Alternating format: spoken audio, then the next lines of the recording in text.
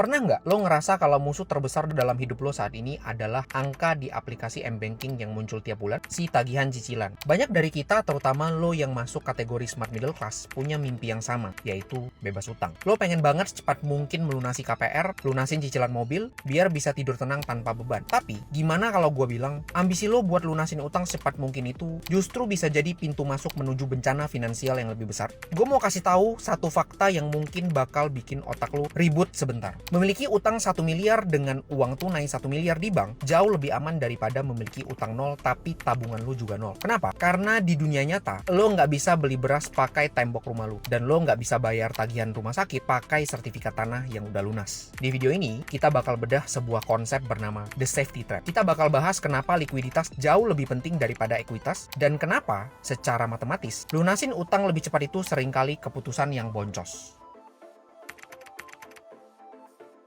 Kenapa kita takut banget sama utang? Secara psikologis, di Indonesia, utang itu bukan cuma soal angka. Utang itu beban moral. Ada perasaan gak enak sama bank. Ada rasa malu kalau tetangga tahu kita masih nyicil. Kita dididik dengan narasi bahwa hidup tanpa utang adalah kunci kebahagiaan. Narasi ini gak salah, tapi seringkali kurang lengkap. Banyak orang yang akhirnya melakukan pengorbanan ekstrim. Lo dapat bonus tahunan, atau mungkin dapat warisan, atau mungkin hasil kerja keras bertahun-tahun terkumpul 500 juta. Hal pertama yang lo lakuin adalah setor ke bank buat potong pokok KPR. Lo ngerasa tenang karena cicilannya berkurang, tapi tanpa lo sadari, lo baru aja mengubah aset liquid, uang tunai yang bisa dipakai kapan aja, menjadi aset mati, yaitu ekuitas rumah. Masalahnya, hidup itu nggak linear. Saat lo udah habisin semua cash lo buat lunasin utang, tiba-tiba ekonomi goyang, perusahaan lo lay off massal, atau ada anggota keluarga yang butuh biaya medis besar. Di titik itu, rumah lo yang udah lunas nggak bisa bantu apa-apa secara instan. Lo terjebak dalam kondisi aset rich, cash poor, di atas kertas kaya, tapi menderita di kehidupan nyata.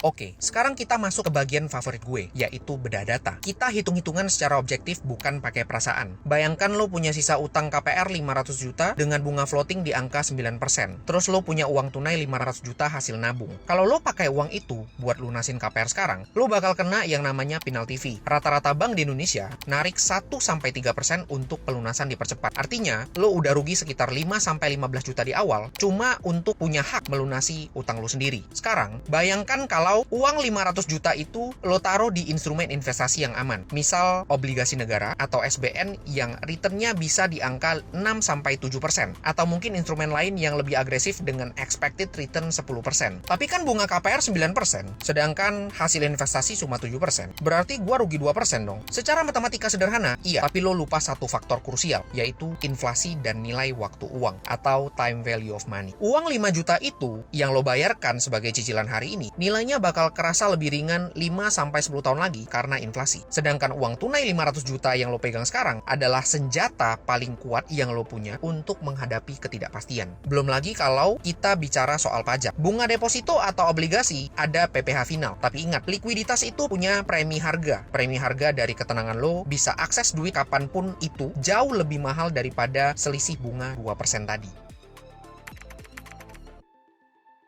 Ditinggal tenang, kita punya standar yang jelas. Sebelum lo mikir mau lunasin utang, cek dulu financial pyramid lo. Level 2 adalah dana darurat. Apakah lo sudah punya dana darurat minimal 6-12 kali pengeluaran bulanan dalam bentuk cash atau reksadana pasar uang? Kalau belum, haram hukumnya pakai uang lo buat lunasin pokok utang. Dana darurat adalah asuransi terbaik lo terhadap kebangkrutan. Sekarang kita masuk level 3, yaitu proteksi atau asuransi. Jangan sampai lo lunasin utang tapi nggak punya asuransi kesehatan. Begitu sakit, lo bakal terpaksa utang lagi dengan bunga yang mungkin lebih sadis, seperti pinjol atau kartu kredit, karena tabungan lo udah habis buat lunasin KPR tadi. Level 4 adalah investasi. Kalau dana darurat aman, proteksi aman, baru kita bicara optimasi. Kalau spread atau selisih antara bunga utang dan yield investasi lo tipis, mending simpen uangnya. Kenapa? Karena balik lagi, liquidity is king. Punya utang itu nggak dosa. Yang dosa adalah nggak punya sistem buat mengelolanya. Smart middle class itu nggak alergi sama utang, tapi mereka tahu cara pakai leverage